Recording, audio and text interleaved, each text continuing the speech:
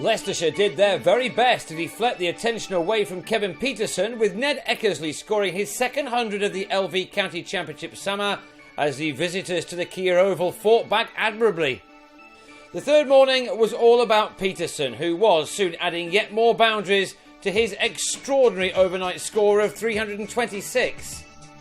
This shot gave him his 15th six, just one short of the world record in a first-class innings, and few would have bet against him breaking that. Another thumping shot brought him his 36th four to go with that collection of maximums, and that took him to his 350 off 389 balls. He now needed only 6 more runs to match Bobby Abel's 116-year-old record for the highest individual score by a Surrey player. Through no fault of his own, he fell a couple short, ending unbeaten on 355 when Matt Dunn's brave resistance ended as he popped a short ball from Ben Rain to Lewis Hill at short leg. Dunn had made 5 in 104 minutes in a last wicket stand of 139. So Surrey were all out for 557 to lead by 265 on first innings, and Leicestershire now had to bat for a very long time to save this game. They lost first innings Centurion Hill though in the very first over for a duck. They may have gone 35 championship matches without tasting any success, and that was surely now to be extended by at least one more game thanks to Peterson, but Leicestershire are starting to show some fight. They don't have too many problems in their batting at the top of their order. Eckersley may have been disappointing last summer after his excellent exploits the year before, but this season has started well for the 25-year-old, who by the end of the innings had only Peterson ahead of him in the list of leading run scorers in the second division so far in 2015. Eckersley was soon making the most of what is still a good batting pitch. The number 3's third score of 50 or more this summer arrived off 62 balls, with back-to-back boundaries off Tom Curran, taking his tally of 4s to 10, although Eckersley certainly didn't mean to send this ball to the finest of legs off the inside edge. Meanwhile, at the other end, Angus Robson slowly went about his business.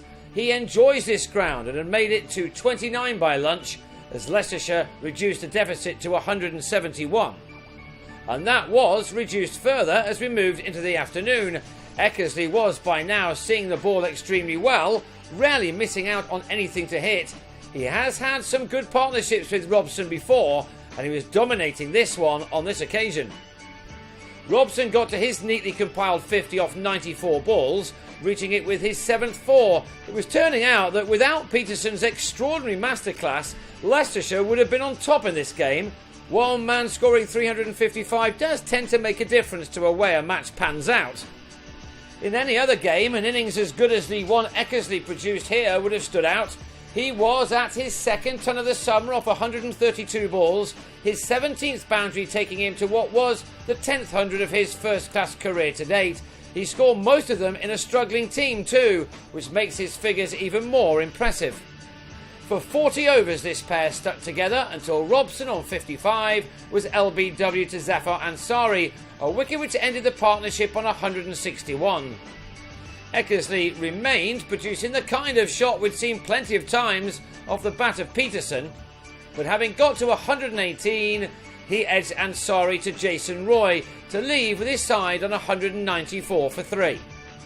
Surrey knew that they just had to be patient. The ball was starting to turn, so much in fact that Mark Cosgrove got away with this. He was on 14 at the time and was now able to go into the last session of the day. A positive cricketer, Cosgrove may still have been thinking about getting his side into a decent position by the end of the day with shots like these. He must have been delighted that his team did not just roll over after the punishment they faced at the hands of Peterson. This then turned out to be a significant moment as Cosgrove got a feather onto his pad to be caught at short leg by Rory Burns after contributing 44 to a total of 236 for 4. Leicestershire were just 5 runs behind when Neil Pinner fell for 24, and Ansari, who got through 25 overs, collecting his 3rd wicket. But Niall O'Brien and Rain then took their side into the lead and kept their wickets intact for the remainder of the day. Not only did they ensure that Batty could only take 1 wicket in his 28 overs, but these two left-handers also saw off 12 overs of the second new ball to give their team an outside chance of still saving this game. They will go into the last day 5 down and 45 runs ahead, And if O'Brien, who has 38, and Rain, who will go again on 21, can bat through much of the final morning session, then the great escape will still be on.